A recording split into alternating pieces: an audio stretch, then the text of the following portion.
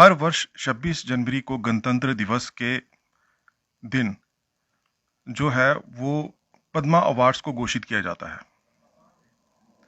आज हम आपकी मुलाकात जिस पर्सनालिटी से कराने जा रहे हैं, उनका नाम इस बार गणतंत्र दिवस में पद्मश्री अवार्ड के लिए घोषित किया गया है। जी हाँ, मैं बात कर रहा हूँ डॉक्टर विश्वमूर्ति शास्त्री जी की। Shastri ji, financial explorer news में आपका स्वागत है। धन्यवाद। शास्त्री जी, आपको पहले राष्ट्रपति सम्मान से सम्मानित किया गया और अब आपको जो भारत का फोर्थ सबसे बड़ा सिविलियन अवार्ड है पद्मश्री, उससे सम्मानित किया जा रहा है। तो कितना गर्व महसूस करते हैं आप? उसमें मैं इस समय अपने आप में बड़ा गर्व महसूस करता हूँ और मुझे बाहर से जो बड़े लोगों के कुछ हाईएस्ट लोगों के जो भी फ़ोन आए हैं, उन्होंने भी मुझे यही कहा है कि आपका परिश्रम है और आपने हमें गौरवान्वित किया तो आप कितने गौरवान्वित होंगे। तो वास्तव में मैं बहुत प्रसन्न हूँ। 2009 में राष्ट्रपति पुरस्कार के लिए मैं घोषणा हुई थी और 11 में मुझे वो प्राप्त हुआ। उस समय भी मुझे एक बहुत बड़ा एक सम्मान मिला और बहुत बड़ी प्रसन्नता हुई, खुशी हुई और लोगों को भी बड़ी मुझे उसमें रिस्पांस मिला। लोगों ने बड़े एक ध्यान से उस चीज़ को किया और मुझे बाद में उन लोगों ने भी मुझे सम्मानित किया। और ये जो पुरस्कार है इसके लिए तो मैं समझ नहीं सकता था, ये बहुत बड़ा पुरस्कार, उच्च ये पुरस्कार है हमारे भारतवर्ष का। और इसमें जिस समय मुझे ये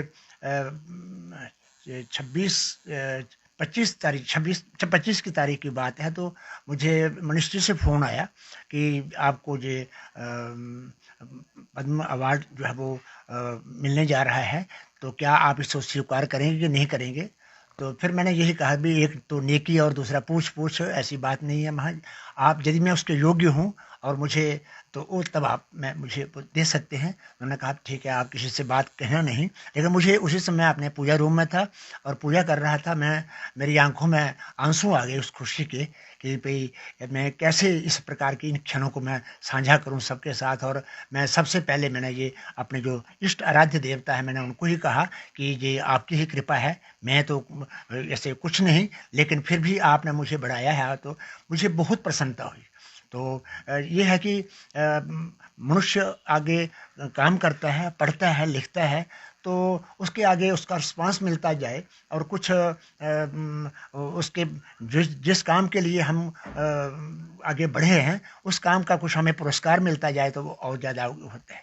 ये जो पुरस्कार है ये बहुत एक उच्च पुरस्कार है भारतवर्ष का। और ये जो इसमें सरकार ने जो इस प्रकार का जो किया है, मुझे लोगों ने ये कहा, कल मैं और भी एक दो फंक्शन में गया था और उन लोगों ने बुलाया था मुझे, तो मैंने यही कहा कि और लोगों ने भी यही कहा कि ये सरकार का बहुत ही एक अच्छा फैसला है। जो ज़मीन से जुड़े हुए लोग हैं और जो अभी लोगों के सामने या राजनीति के सामने बिल्कुल नहीं है, लेकिन उन लोगों के प्रति सरकार ने एक सम्मान की भावना रखी है और सम्मान उनको सम्मानित किया है। तो ये सरकार भी इसमें भागीदारी है, अर्थात वो भी बधाई की पात्र है। तो क्योंकि मनुष्य अपने आप में व्यक्ति कुछ नहीं होता है, समाज के लोग, समाज के गुणज्ञ लोग, विद्वान लोग, अच्छे पढ़े लिखे लोग और समाज के जो सामाजिक कार्य करते हैं वो लोग, और जो अच्छे नेतृत्व करने वाले जो लोग हैं, उनकी दृष्टि में यदि कोई बात हो और वो व्यक्ति जो है वो यदि लाभान्वित होता है, पुरस्कार से पुरस्कृत होता है, तो ये एक अपने आप में बड़ी बात होती है। मैं वास्तव में मैं एक अपने आप में परम प्रसन्नता महसूस कर रहा था। अभी थोड़ी समय पहले राजस्थान से मुझे बीबी व्यास जी थे जहाँ, तो उन्होंने मुझे फ़ोन किया, तो उन्होंने कहा कि आपने हमें गौरवान्वित कर दिया है। मैंने कहा ऐसी बात नहीं है, आप सबकी कृपा से, आपके आशीर्वादों से ही, जहाँ आप बड़े लोगों की जो मेरे प्रति सद्भावना है, प्रेम है, ये उसी का परिणाम है। तो प्रसन्नता तो होती ही है पुरी साहब। अभी इसमें बड़ी प्रकार से हम जब अपने कार्य को करते हैं और कार्य के लिए पुरस्कार तो मुझे और ऐसे अन्य और भी मिले हैं, बहुत से पुरस्कार, बहुत सी संस्थाओं ने। जालंधर में मुझे एक साहित्य अकादमी पुरस्कार मिला था, बड़ी प्रसन्नता हुई थी। दिल्ली में मुझे जो चीफ जस्टिस थे, और महेंद्र नाथ जो एजुकेशन के जो उप शिक्षा मंत्री थे, और वहाँ के वाइस चांसलर थे, एक कार्शनी स्वामी जी हैं बहुत बड़े, तो उन्होंने भी उस कन्वोकेशन में मुझे भी डीलिट सम्मान से सम्मानित किया था। डीलिट की उपाधि को हम संस्कृत में वाचस्पति कहते हैं, तो उस उपाधि से मुझे सम्मानित किया था। प्रसन्नता का अनुभव तो ज़रूर होता है कि मैं, मतलब स्वयं तो आदमी कुछ नहीं होता, लेकिन जब उसका उसका निर्णय करने वाले जो दूसरे लोग हैं, जहाँ उसको प्रोत्साहित करने वाले दूसरे लोग हैं, तो उस समय थोड़ा सा अच्छा लगता है कि भैया जी बहुत बढ़िया है, ये है। तो शास्त्री जी, अभी तक का आपका सफर किस प्रकार से रहा और संस्कृत के क्षेत्र में आपकी क्या क्या उपलब्धियां हैं? उसमें ऐसा है कि 14-10 या ऐसे 10-10-1946 को मेरा जन्म हुआ था, और मुझे पढ़ने का पता नहीं है मैं कब से शुरू की थी, लेकिन मुझे एक अमरकोश पुस्तक होती है, अमरकोश में एक कोश होता है, तो पिताजी जब पढ़ाते थे तो मुझे उसके पढ़ने का पता है कि मैं तब से ये पढ़ रहा हूँ। और पिताजी ने मुझे 11 साल तक, मेरी 11 साल की अवस्था थी, तो 11 साल की अवस्था तक बहुत से ग्रंथ, जैसे लघु सिद्धांत कौमुदी है, मुहूर्त चिंतामणि है, तर्क संग्रह है, न्याय सिद्धांत मुक्तावली है, ग्रह याग है, मंत्र संहिताएं हैं, बहुत से ग्रंथ जो थे मुझे बिल्कुल कंठस्थ करवा दिए थे। और जब मैं छोटा सा जाता था कहीं किसी फंक्शन में, तो मुझे वो बुलाते थे, मुझे तो पता नहीं था मैंने क्या पढ़ा है या क्या है, इसका क्या होगा, लेकिन लोग ये कहते थे ये पेट में ही पढ़ करके आ गया है, इस तरह कैसे याद कर दिया इन्होंने। उसके बाद मैं जम्मू में जहाँ पर आकर के रघुनाथ संस्कृत महाविद्यालय में उसमें एडमिट हो गया, उसमें सच प्रवेश ले लिया। तो रघुनाथ संस्कृत विद्यालय में प्रवेश लेने के बाद फिर मैंने वहाँ पर शास्त्री की, 1965 में मैंने शास्त्री की। और फिर उसके बाद जम्मू यूनिवर्सिटी से जो साहित्याचार्य है, एमए की कक्षा जो, वो यहाँ से की। और फिर उससे बाद मैंने पीएचडी के लिए मुझे थोड़ा सा समय लगा, क्योंकि मैं एक बार पीएचडी के लिए सब्जेक्ट लिया, दूसरी बार लिया, तीसरी बार लिया, वो सारे कैंसिल होते गए, क्योंकि दूसरी जगहों पर लोगों ने कर ली होती थी। फिर मुझे जो एक हमारे प्रिंसिपल थे मुरलीधर पांडे जी, उन्होंने कहा कि भैया आप स्वतंत्र सब्जेक्ट लीजिए, और फिर किसी ने उसको किया नहीं हो। फिर मैंने वो सब्जेक्ट जो था वो संस्कृत साहित्य शास्त्रीय गुण विवेचनम, ये अपना रिसर्च का टॉपिक लिया। गुण क्या चीज़ है, फिर मैंने वेद से लेकर के, वेद ग्रंथ है, ब्राह्मण है, आरण्यक है, महाभारत है, रामायण है, पुराण है, उपनिषद है, और फिर ये कौटिल्य अर्थशास्त्र तक। उसके बाद फिर आचार्यों से बात शुरू होती है, तो मम्मट से लेकर के विश्वेश्वर तक सभी आचार्यों के गुण के विषय में मैंने स्टडी की। गुण क्या चीज़ है, गुण कितने हैं, वेद में गुण की क्या स्थिति थी, बाद में गुण की क्या स्थिति रही है। फिर मुझे उन्होंने कहा कि ये गुण तो चलो आपने ढूंढ लीजिए, चलो ये तो हुआ, आपका इसका अपना क्या होगा, आप अपना क्या दे रहे हैं इसमें। तो फिर मैंने सोचा मुझे बतलाइए भी अपना मैं क्या दूं क्या नहीं दूं, क्योंकि इतना विकसित नहीं होता इंसान। उन्होंने कहा एक बात है, जहाँ पर गुण व्यंजक वर्ण होते हैं, गुण पे जैसे ड्रावणे वर्ण है, ढा ढा ठा ठा, इस प्रकार के जो वर्ण होते हैं, या कुछ म न, या इस प्रकार के मधुर वर्ण होते हैं, तो ये अपनी ध्वनि कैसे करते हैं, और ड्रावणी आवाज़ जब वो आती है तो उस समय आदमी डर कैसे जाता है, और मधुर आवाज़ से आदमी सुरीली आवाज़ से कैसे, उसमें क्या कारण है, ये आप बतलाइए। तो फिर मैंने क्या किया, तंत्र शास्त्र जो है वो लिया। तंत्र शास्त्र को देख करके, तंत्र शास्त्र में वर्णों के जो जितने अक्षर हैं, उन अक्षरों के देवता भी हैं, उन देवताओं का रंग भी है, उन देवताओं के शस्त्र भी हैं, उन देवताओं के वाहन भी हैं। तो वो सारा ले करके फिर भी किस प्रकार का कैसा देवता है, उसके उग्र, अगर उसकी शक्ल जो है वो डरावनी है, जैसे भैरव है तो भैरव की शक्ल डरावनी, या टा का अक्षर का प्रतिनिधि जो है भैरव देवता है, तो उसके शक्ल कैसी है, उसके शस्त्र कैसे हैं, उसकी दृष्टि कैसे। तो उस अक्षर का जब बार बार प्रयोग करेंगे, टा ठा डा ढा, इस प्रकार के शब्दों का प्रयोग करेंगे, तो डरावनी आवाज पैदा होगी। तो वो शब्द जो है वो ओजो गुण के व्यंजक बने। जैसे भीमसेन बोलता है, तो भीमसेन की आवाज में वो ऐसे ही शब्द आते हैं कि भाई जैसे कोई बड़ा ऐसा व्यक्ति बोल रहा है। तो उस समय फिर मैंने ये जो एक चैप्टर जो था वो अपने थीसिस में मैंने यही लिखा कि तंत्र शास्त्र मधिकृत्य गुण व्यंजक वर्णानाम आधारः। तंत्र शास्त्र को लेकर के गुण व्यंजक शब्दों, आचार्यों ने गुण व्यंजक वर्ण तो बतला दीजिए, लेकिन गुण व्यंजक वर्ण ये क्यों है, इस प्रकार से मैंने वो उसको किया। और और इसको बहुत अच्छे विद्वान जो है बनारस के लोग जो हैं, ये विश्व संस्कृत सम्मेलन हुआ दिल्ली में, तो वहाँ पर मैंने जब अपना एक लेख जो है वो यही प्रस्तुत किया, तो लोगों ने बहुत सराहा इसको, और बड़े अच्छे अच्छे विद्वान जो थे उन्होंने कहा ये आपने नया सब्जेक्ट हमारे सामने रखा है। तो ये उस बाद फिर मैं संस्कृत क्षेत्र में आ गया, संस्कृत का प्रचार करना, संस्कृत की शिक्षा देना, निःशुल्क शिक्षा देना और निःशुल्क वेद का अध्ययन करवाना, इसके लिए रहा। और फिर मेरे हृदय में ये रहा कि मैं संस्कृतज्ञ हूँ, मैं थोड़ा आगे पीछे होने लगा था, मिलिट्री में जाने लगा था, तो मिलिट्री में मेरी एक जबलपुर में लिए उसमें हो गया था, ये छंब जोड़ियों में मैं इंटरव्यू देने के लिए गया, वहाँ मेरी भी सिलेक्शन हो गई। तो जब मैं आया तो मैंने कहा, वो कह रहे हैं भी रैंक आपको बाद में देंगे, पैसा पूरा आपको हम दे देंगे, लेकिन आप रिलीजियस टीचर के रूप में वहाँ पर। मैं यहाँ पर आया तो मेरे एक प्रिंसिपल थे डॉक्टर अनंतराम शास्त्री जी, बहुत अच्छे और मेरे साथ बड़ा स्नेह रखते थे।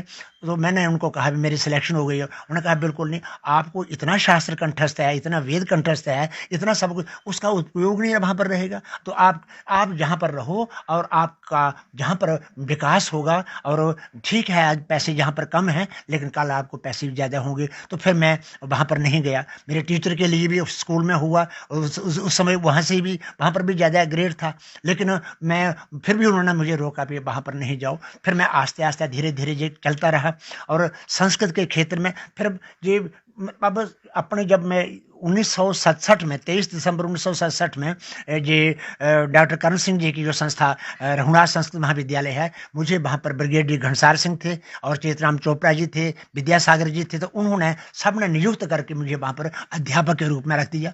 अध्यापक के रूप में जब मैं काम करता रहा तो मेरे दिल में ये रहा कि भाई मैं सबसे अच्छा काम करूँ। तो मैं दिन रात उस समय पढ़ता भी था, और जो आगे पढ़ाना है तो मैं प्रतिदिन उसको पढ़ करके जाता था। बच्चे बड़े संतुष्ट होते थे मेरे पढ़ाने के बाद। फिर उसके बाद मैं वार्डन बन गया, कई साल तक वार्डन रहा, और मैं छोटा था उस समय 22-23 साल का, लेकिन बच्चे जो थे वो 28-30 साल के थे, लेकिन मेरे से बड़े त्रस्त रहते थे, क्योंकि मैं थोड़ा सा सख्त प्रकृति का था और अनियमितता मुझे या अनुशासनहीनता मुझे स्वीकार नहीं होती थी।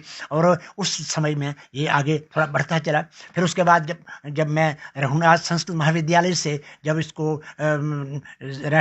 सेंट्रल गवर्नमेंट ने, केंद्रीय सरकार ने इसको टेक ओवर कर लिया, तो मैं वहाँ पर चला गया। वहाँ पर रिसर्च फेलो मेरा पद हुआ, और रिसर्च फेलो होकर के भी मैं पढ़ाता रहा। उस समय डॉक्टर करण सिंह जी शिक्षा मंत्री थे जिस समय, उन्होंने और एक LK झा जी जहाँ पर गवर्नर थे, तो दोनों ने 2 बार मुझे बेस्ट टीचर के लिए चुना, और बेस्ट टीचर का अवार्ड जो था वो मुझे दिया। और वो भी उसमें भी मुझे प्रोत्साहन मिला कि पीछे छोड़िए। फिर उसके बाद क्या हुआ भी, जब शास्त्री हमारी हो जाती है कक्षा, तो शास्त्री कक्षा होने के बाद एक ऑलराउंडर स्टूडेंट को ये दिया जाता था, वो गोपनीय पुरस्कार। पहले उसका निर्णय उसी समय होता था कि भाई जो मंच पर कि भाई उसी समय अनाउंस किया जाता था। तो वो राष्ट्रपति शंकर दयाल शर्मा जी ने या राधा कृष्ण जी ने, वो उन्होंने एक पैसे रखे हुए थे, उन पैसों का जितना भी वो आता था इंटरेस्ट आता था, इंटरेस्ट उस पर जो आना था, तो उस पर जितना सूद लगता था उतने पैसों का पुरस्कार लेकर के उसको राष्ट्रपति पुरस्कार कहा जाता था। तो वो पुरस्कार मुझे जब मैं शास्त्री पास की, आचार्य में प्रवेश लिया, तो मुझे ऐसे थोड़ी सी जानकारी हुई कि भाई आप वहाँ पर आ जाना, वहाँ पर कहीं आगे पीछे गैरहाजिर नहीं होना। तो गुलाब भवन की बात है, डॉक्टर करण सिंह जी आए और वो गुलाब भवन खचाखच लोगों से भरा हुआ था। तो उस समय अनाउंस हुआ कि भाई ऑलराउंडर के रूप में, ऑलराउंडर छात्र के रूप में हम विष्णुमूर्ति शास्त्री को हम पुरस्कार देते हैं। मुझे अत्यंत खुशी हुई। ये राष्ट्रपति पुरस्कार तो हम सुनते थे, लेकिन वो एक बचपन में हमने वो एक शील्ड बड़ी उनसे प्राप्त की। तो उस समय से लेकर के फिर हम आगे बढ़ते चले, और मेरे हृदय में हमेशा बच्चों को अनुशासित करना, बच्चों को अनुशासनहीन नहीं होने देना, उनमें कोई किसी प्रकार की गलत आदत है, कोई दुर्व्यसन है तो दुर्व्यसन को दूर करने के लिए प्रवृत्ति करना। और मेरा ये होता था कि भाई मैं बच्चों को याद करवाऊं, और क्योंकि हमारे ये कहते हैं ये पैसा गांठ में और विद्या कंठ में और पैसा गांठ में। तो विद्या कंठ में, जो विद्या कंठ में होती है वही वास्तव में काम आती है, तो पैसा जो अपने पास रहता है वही काम में आता है। तो उस समय में ये चलता रहा और ये जो विद्या को स्वयं अभ्यास करना और आज भी इस अवस्था में शायद संभवतः कोई इस एज में आकर के इतना किसी को याद ना हो, लेकिन बहुत से विषय जैसे शास्त्री है तो आज शास्त्री एक सब्जेक्ट में होती है, उस समय शास्त्री 6 सब्जेक्ट में होती थी। 6 जो वेद के जो 6 अंग हैं, 6 अंगों के विषय में सब्जेक्ट जो पढ़े जाते थे।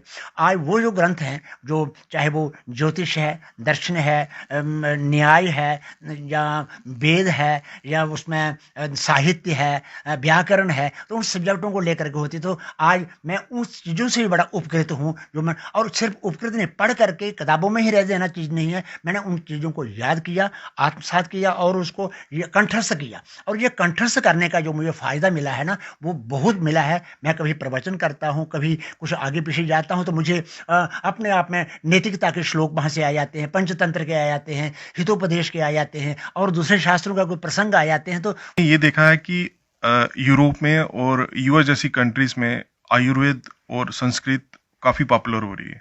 वहाँ के लोग इंडिया में आके संस्कृत पढ़ रहे हैं और उसके बाद वो आयुर्वेद पे रिसर्च कर रहे हैं, लेकिन संस्कृत जो है वो उसको हमारी गवर्नमेंट की तरफ से इतना प्रोत्साहन नहीं मिल रहा। तो उसके लिए आप क्या कहेंगे?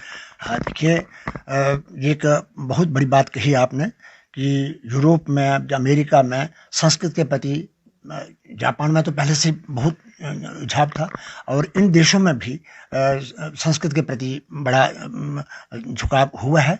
और मैं कोई 2014 में लंदन में गया था। तो लंदन में कैम्ब्रिज यूनिवर्सिटी जो है वो, वहाँ पर मैंने बेटे को कहा कि मुझे वहाँ पर ले चलो। तो वहाँ पर जो संस्कृत डिपार्टमेंट था, मैं वहाँ पर चला गया। तो वहाँ पर जब मैंने अपने ग्रंथ, हिंदुस्तान के वाले जो ग्रंथ हमने देखे, मुझे बड़ी प्रसन्नता हुई। और फिर मैंने उनसे पूछा, तो मुझे इतना इंग्लिश का इतना वो नहीं होता, तो उन्होंने पूछा तो वो सारा का सारा ट्रांसलेशन करते गए। फिर मैंने कहा इनके विषय में मेरे से जो भी कोई व्याख्यान करवाना होगा भी आप करवा सकते हैं, ये ग्रंथ जो सामने पड़े हुए हैं। फिर मैं बर्मिंघम में गया, तो वहाँ पर भी संस्कृत की जो एक अलग से विभाग है, और उस विभाग में संस्कृत के ग्रंथ पड़े हुए थे। मुझे बड़ी प्रसन्नता हुई कि देखिए इतने दूर जहाँ पर ये लोग संस्कृत के प्रति कितने अनुशासित हैं और संस्कृत के पढ़ने के प्रति कितना झुकाव है इनका। और यहाँ पर जो ऐसी बात नहीं है, लेकिन थोड़ा ये है, हमारा यहाँ पर गवर्नमेंट की तरफ से एक संस्कृत भारती है और एक राष्ट्रीय संस्कृत संस्थान दिल्ली का है। तो ये दोनों नॉन फॉर्मल संस्कृत एजुकेशन के माध्यम से और संस्कृत भारती के माध्यम, संस्कृत भारती में सामान्य संस्कृत का ज्ञान जो है वो सब जगह करवाया जा रहा है, और अनौपचारिक संस्कृत शिक्षण का ज्ञान भी सब जगह प्राय करवाया जा रहा है। तो हमारी जो गवर्नमेंट की जो पॉलिसी है, क्योंकि जैसे आप देख रहे हैं कि आज ये जो हमें पुरस्कार मिला है, तो इस पुरस्कार के लिए बड़ा थोड़ा सा उन लोगों को थोड़ा सा दूर से देखा जाता था नहीं, तो लेकिन ये न मांगने पर भी अब सरकार ने इस प्रकार का ऐसा निर्णय किया है कि जो लोग उपयुक्त लोग हैं, आप इस बार देखेंगे कि जितने लोगों को सरकार ने पुरस्कार दिए हैं वो सभी गुणवत्ता से परिपूर्ण हैं और अपने अपने क्षेत्र में वो एक महारत हासिल रखते हैं। तो सरकार संस्कृत के प्रति भी वो एक लाभान्वित हो रही है। हमने ये कई बार सरकार से निवेदन किया है, और आज से नहीं बल्कि हम 40 साल से या 50 साल से निवेदन करते आ रहे हैं। और अब कमी क्या हुई है यहाँ पर कि हमारी जो शिक्षा है, खास करके जम्मू कश्मीर में 10वीं तक तो संस्कृत है ही नहीं, और 11वीं 12वीं में लेकर के फिर जब 10 तक इतना गैप हो गया, तो 11वीं 12वीं में बड़ी मुश्किल से बच्चा जो है वो बहुत ही ज़्यादा लेना चाहता होगा तो वो आता है।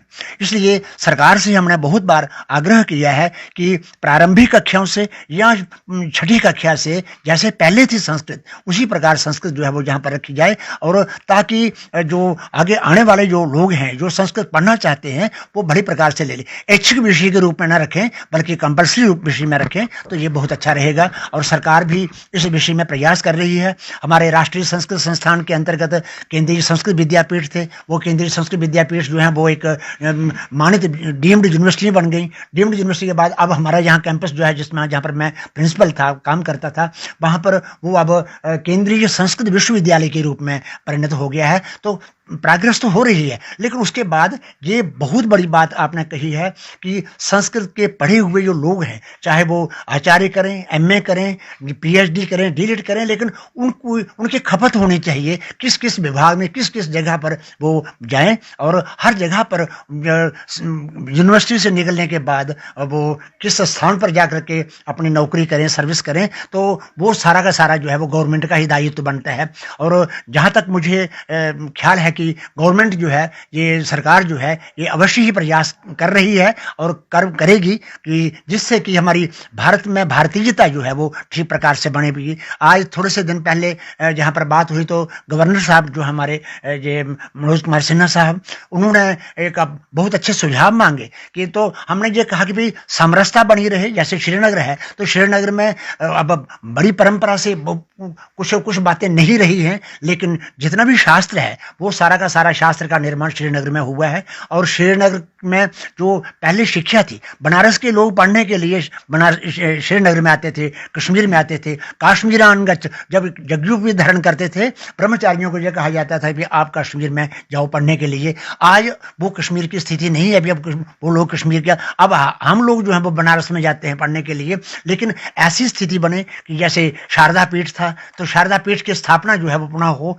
और वहां पर संस्कृत का प्रचार प्रसार हो। और हमारे जो गवर्नर साहब हैं यहाँ पर मनोज सिन्हा साहब, वो हर क्षेत्र में, हर व्यक्ति के हर वर्ग में वो एक अच्छा देखना चाहते हैं कि कोई वर्ग जो है वो नीचे ना रहे, कोई वर्ग जो है वो मगर सबकी समरसता रहे और सारे लोग जो है वो अपने अपने। यदि श्रीनगर में हम कोई किसी प्रकार कार्य करते हैं तो वहां पर यदि मान लो भी नाटक होते हैं तो नाटक जो है वो उस वर्ग के भी हों, उसके भी हों, उसके भी हों, सब प्रकार की ऐतिहासिकता जो है वो वहां पर बनी रहे। तो ये अपने आप में बड़ी बात है। हमने सुझाव दिए हैं उनको कुछ वहां पर, तो संभवतः हो सकता है वो उन सुझावों पर वो विचार करेंगे। बड़े धार्मिक हैं वो और बड़े पूजा पाठ करने वाले व्यक्ति हैं और सब कुछ समझते हैं कि कहाँ क्या है क्या नहीं है। इसलिए उनका भी, हमारे प्रधानमंत्री जी जो है, उन्होंने अब ये जो पुरस्कार है ये सीधा हमें नहीं मिलता, उनकी दृष्टि से होकर के नाम जाते हैं। हमारे जो गृह मंत्री हैं जो अमित शाह जी, उनकी दृष्टि से होकर के पहले लिस्ट जाती है, फिर राष्ट्रपति के पास जाती है, ओके जब होकर के फिर ये पुरस्कार मिलते हैं। तो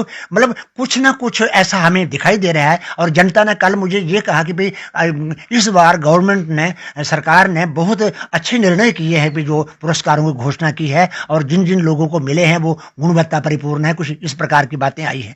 तो अब मैं समझता हूँ कि भाई सरकार, जहाँ पर जम्मू कश्मीर की सरकार भी और भारत सरकार की भी ये संस्कृत के प्रति विशेष अभिरुचि रखेगी। और स्कूलों में जो हमारे जम्मू कश्मीर में खास करके जो पहले की स्थिति थी वो कम से कम पहले की स्थिति बहाल हो जाए। प्रारंभिक कक्षा से शुरू कर दे तब भी ठीक है, नहीं तो छठी कक्षा से ये संस्कृत जो है ये अवश्य होनी चाहिए। और जब ये हो जाएगी तो उसमें सबसे बड़ी बात यह है कि कोई शास्त्र आप नहीं देखते हैं कि जिस शास्त्र में एक मॉरल एजुकेशन जो है वो दी गई हो। आध्यात्मिकता इसमें है, नैतिकता इसमें है, अनुशासन इसमें है, और मनुष्य के साथ किस प्रकार हमें व्यवहार करना है, कैसा करना है, वो सारी की सारी इस संस्कृत शिक्षा में है। और यदि संस्कृत लोग बच्चे पढ़ लेंगे और संस्कृत में निहित जो शिक्षाएं हैं उन शिक्षाओं को प्राप्त करेंगे तो आज कोई बात नहीं भी कहीं पर फिर अनुशासनहीनता नहीं होगी। जो बच्चे जो है वो ड्रग्स में जा रहे हैं ज़्यादा, वो नहीं जाएंगे, क्योंकि अपने अपने कर्तव्य परायणता जो है वो उनका नहीं जाएगी। हमारा कर्तव्य क्या है, हमारा दायित्व क्या है, हमारा करना क्या है, वो सभी प्रकार का समझेंगे। तो मैं यही इस समय आपसे ये कहूँगा कि जो हमारा जो प्रांत है, हमारा जम्मू कश्मीर स्टेट जो है और हमारा भारतवर्ष जो है, ये एक बड़ा समृद्ध देश है। क्योंकि आपने देखा होगा कोई भी देश, दुनिया का कोई भी देश ऐसा नहीं है जो देश दूसरे की अच्छाई के लिए कामना करता हो, दूसरे की भलाई के लिए कामना करता हो। केवल भारतवर्ष एक ऐसा देश है जो ये कहता है कि पूरे विश्व के कल्याण के लिए वो यज्ञ करवाता है, पूरे विश्व के कल्याण के लिए अनुष्ठान करवाता है, पूरे यज्ञ की पूरे विश्व के कल्याण के लिए, समृद्धि के लिए प्रार्थनाएं करता है। ये भारतवर्ष में सबसे एक बड़ी बात विशेष है कि हम पूरे विश्व के उन्नति के लिए, पूरे विश्व के कल्याण के लिए हम कामना करते हैं, और वो सारी कामनाएं जो है वो सारी संस्कृत में निहित हैं। इसलिए संस्कृत का आगे बढ़ना, संस्कृत के जो पढ़े लिखे लोग हैं उनको आगे बढ़ना, संस्कृत के जो छात्र हैं, चाहे वो अनुसंधाता हैं या और दूसरे पढ़े लिखे लोग हैं, उनको आगे बढ़ना, अपने कामों में आना, ये बड़ा आवश्यक है। और हमारी विशेष विनती जो है वो हमारी अपनी सरकार जो है, गवर्नर साहब से भी रहेगी और प्रधानमंत्री जी से भी रहेगी, सरकार के साथ भारत सरकार से रहेगी कि संस्कृत की उन्नति, संस्कृत की प्रमोशन, संस्कृत का जो विकास है वो, क्योंकि वह देश का विकास भी हो रहा है, देश का विश्वास भी बन रहा है, और देश की सब प्रकार की सारी बातें जो वो आगे बढ़ रही हैं। और मैं समझता हूं कि भाई ये इस सरकार में ये सब प्रकार की बातें, जितनी भी अनियमितताएं हैं वो सारी दूर होंगी। और गच्छतः स्खलनं क्वापि भवत्येव प्रमादतः, चलते चलते कहीं किसी प्रकार का कोई कदम गिर भी सकता है, कोई पैर फिसल भी सकता है, लेकिन ऐसी बात नहीं, समझ करके सरकार चल रही है। और हमारी जो जम्मू कश्मीर सरकार जो है ये भी बड़ी फूंक फूंक करके काम कर रही है, ताकि किसी भी व्यक्ति विशेष को, किसी वर्ग विशेष को ये ना लगे कि भाई इस वर्ग के लिए बहुत ज्यादा हो रहा है और इस वर्ग के लिए कम हो रहा है। मैं यही कह करके आपको मैं संदेश देना चाहता हूं कि संस्कृत के उत्थान के लिए, संस्कृत के भविष्य के लिए, इसकी पढ़ाई के लिए सभी माता पिताओं को भी अपने अपने बच्चों को प्रोत्साहित करना चाहिए। और ताकि बच्चे अब जब सीखेंगे नहीं, उनको संस्कार नहीं दिए जाएंगे, वो कहाँ से सीखेंगे। इसलिए माता पिता भी बच्चों को अच्छे संस्कार दें, और हमारे गुरुजन जो हैं वो भी बच्चों को अच्छे संस्कार दें, और हमारे जो लीडर जो हैं वो भी अच्छे संस्कारों के प्रति लोगों का रुझाव जो है वो आकर्षित करें, जिससे कि हमारा भारतवर्ष एक दुनिया में सबसे एक श्रेष्ठ विश्व गुरुत्व भाव को रखेगा, और हमारा विश्व गुरु जो है ये रहेगा। और इसकी परंपरा रही है कि पूरे संसार का गुरु रहा है, और पूरे संसार का गुरु भारतवर्ष रहे। तो ये थे प्रोफेसर विश्वमूर्ति शास्त्री जी, जिनको इस साल पद्मश्री से सम्मानित किया जाएगा। देश और दुनिया की खबरों के लिए यूं ही बने रहें फाइनेंशियल एक्सप्लोरर न्यूज़ के साथ। नमस्कार।